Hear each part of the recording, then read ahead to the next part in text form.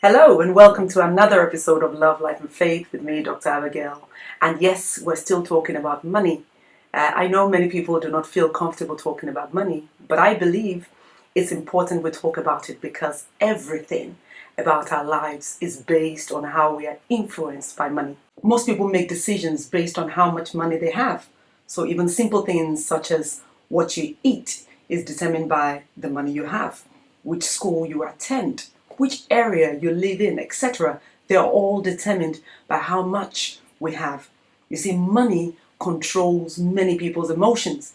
In fact, people don't realize the amount of concern they exert when it comes to money. So my question to you is this: what kind of relationship do you have with money? What many people may not know is that Jesus Christ taught a lot about money whilst on the earth. Yes, especially showing us what right and wrong relationship with money is. You see, Jesus Christ was not against money or wealth. He simply taught his followers that money has its place, but people's attitude towards it could be very dangerous. He had radical views on money and giving, which continue to challenge even Christians today. So, for example, in the books of Matthew and Luke in the Bible, he was quoted saying, "No one can serve two masters. You cannot be the slave of two masters. You will like one more than the other, or be more loyal to one than to the other. You cannot serve God and money." That is what Jesus said. Other translations have it as, "You cannot serve both God and mammon." Again, I say, there is nothing wrong with having money, but Christ warns us against greed. You see, mammon is the spirit behind a wrong relationship with money. It is the spirit of greed. Greed is a spirit of the world which causes people to hold on to everything and seek even more. It is greed which will make a person do everything they can to get material possessions. It will cause a person to abandon their values just to get more. The love of money can have a wicked influence in a person's life. There are people who trust more in their money and possessions instead of putting their trust in God for their daily needs. You see, the love of money is the root of all evil. And when we allow it to hold our hearts, people go astray. Wealth, you see, can distort a person's perspective and give false hopes of security. Money can create the illusion that it is all anyone needs. But Jesus said again in the book of Luke, it says, "Watch out, be on guard against all kinds of greed." Life does not consist on an abundance of our possessions. In other words, even if a man has much more than he needs, it can never give him life. Those who love money are never satisfied with money. The more you give them, the more they want. Why is it that the richest people in the world are often the biggest thieves? Certainly, it's not because they are poor or are in need of money. No. It's because of the greed for more and more and more.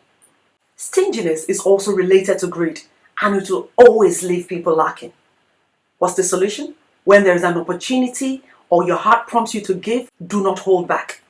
Materialism is an attempt to use money and material possessions to replace God in our lives. And the Bible calls this a form of idolatry. That is why Jesus told his followers, "What good is it for a man to gain the whole world if he loses his soul?" There is no point in having great wealth in life at the expense of spiritual poverty forever. The love of money will always lead people far away from God.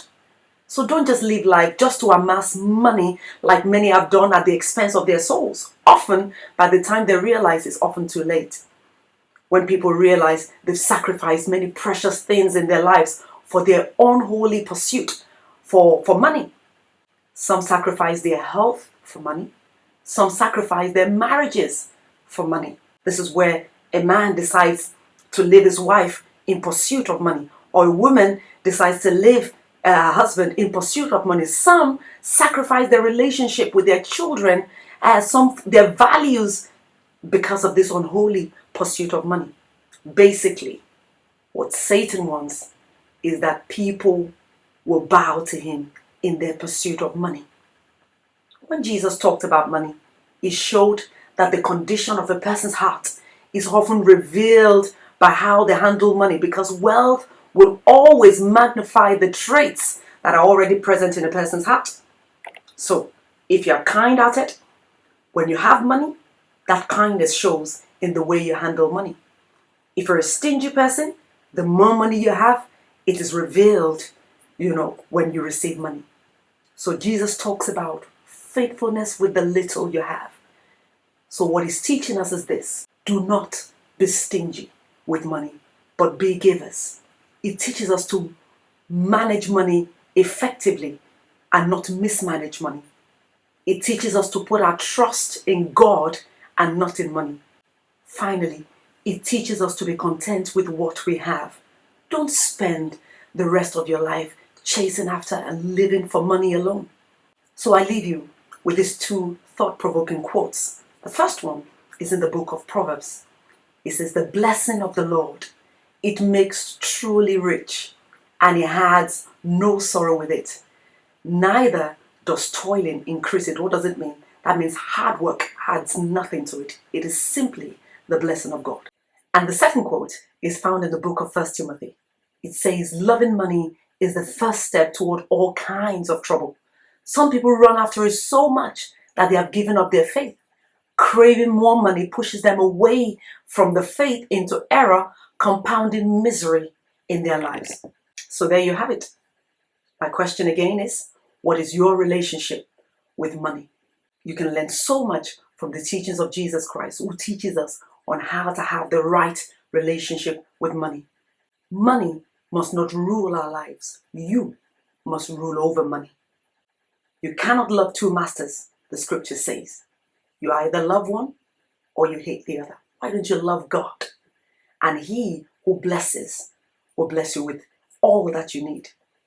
Until next week, I'll see you again for another episode of Love, Life and Faith.